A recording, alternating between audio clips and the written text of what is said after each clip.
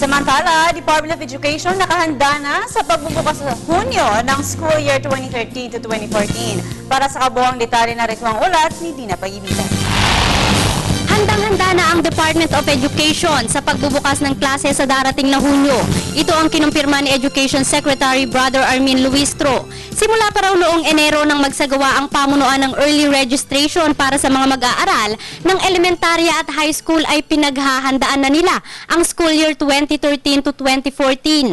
Ngunit ang mga mag-aaral na hindi nagparehistro noong Enero, mahihirapan sa unang araw ng pasukan. Ang problema ko, kung merong mga hindi nagpalista noong Enero, nasisipot na lamang na parang kabuti sa June 3. Anong nangyayari sa kanila? Talagang ang bibigyan ko ng priority. At yung lahat ng nagparehistro ng Enero at nandun sa listahan yon, wala silang kapirap, makikita nila yung classroom nila, in fact yung kanilang mga section ay nakapaskil na. Kabilang sa paghahandang ginawa ng pamunuan ang pagtugon sa kakulangan ng classrooms na matatapos sa pagbubukas ng pasukan o di kaya naman ay ongoing ang construction at gayon din ang pagtugon sa kakulangan ng textbooks nationwide. Yung upuan at saka mga textbook,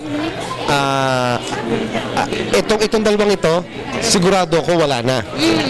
Naging problema nga, kung may biglang mapasok, wala yon on the first day. Darating din yon, pero merong lag time. No? Kabilang din sa binigyang pansin ang pag-hire ng may 61,500 teachers nationwide. Patuloy din daw ang trainings ng mga guro bago magbukas ang school year. Lahat ng ating mga eskwelahan ay magkakaroon ng mga sapat na guro para matuluan sila. Isa rin ang pagpapatayo ng 90,000 toilets sa lahat ng eskwelahan ang binigyang pansin ng pamunuan. May paalala naman ang DepEd sa mga mag-aaral, gayon din sa kanilang mga magulang.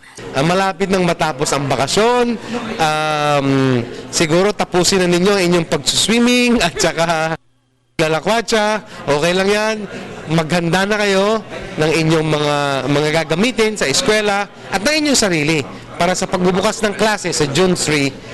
Ang mga leksyon ninyo ay handang-handa na ninyong upuan at matuto na. Para sa Telebisyon ng Bayan, ako si Dina Pag-ibigan.